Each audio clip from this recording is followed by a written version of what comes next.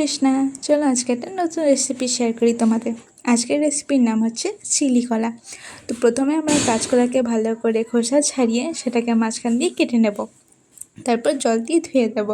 তারপরে একটা পাত্রে কর্নফ্লাওয়ার, ময়দা, লবণ এবং কিছুটা সয়া সস এবং কিছুটা জল ও কিছুটা হিং দিয়ে ভালো করে কর্নফ্লাওয়ারের মিক্সটা তৈরি করে নেব। এই কর্নফ্লাওয়ারের মিক্সের মধ্যে আমরা আগে থেকে কেটে রাখা যে কাঁচকলা সেগুলোকে দিয়ে দেব এবং কাঁচকলাগুলোকে কর্নফ্লাওয়ারের সাথে ভালো করে মিক্স করে নেব।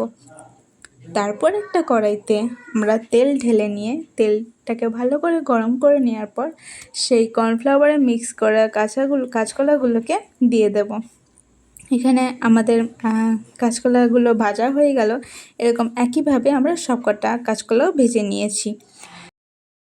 তারপরে একটা কড়াইতে তেল গরম করে নেওয়ার পর আগে থেকে ছিঁড়ে রাখা কাঁচা লঙ্কাগুলো তেলের মধ্যে দিয়ে দেব এবং ফুটে যাওয়ার কাঁচা লঙ্কা ভালো করে ভেজে নেওয়ার পর তাতে কিছুটা হিং এবং কিছুটা টমেটো পিউরি দিয়ে দেব।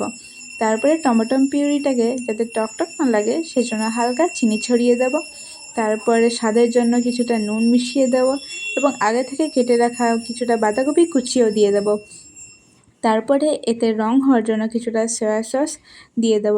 তারপরে একটা ছোট বাটিতে কর্নফ্লাওয়ার এবং একটু হালকা জল মিশিয়ে সেটাকে এই মিক্সারের মধ্যে দিয়ে দেবো যাতে এই মিক্সটা একটু গাঢ় হয়ে যায়। তারপরে আমাদের ভেজে রাখা কাঁচকলাগুলোকে আমরা এতে মিক্স করে নেব। এটা খুবই সহজ রেসিপি। এটাকে আমাদের মিক্স করতে বেশিক্ষণ সময় লাগবে না।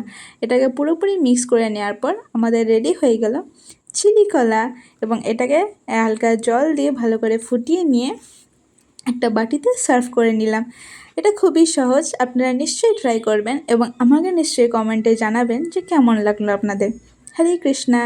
লাইক সাবস্ক্রাইব করতে ভুলবেন না নিশ্চয়ই।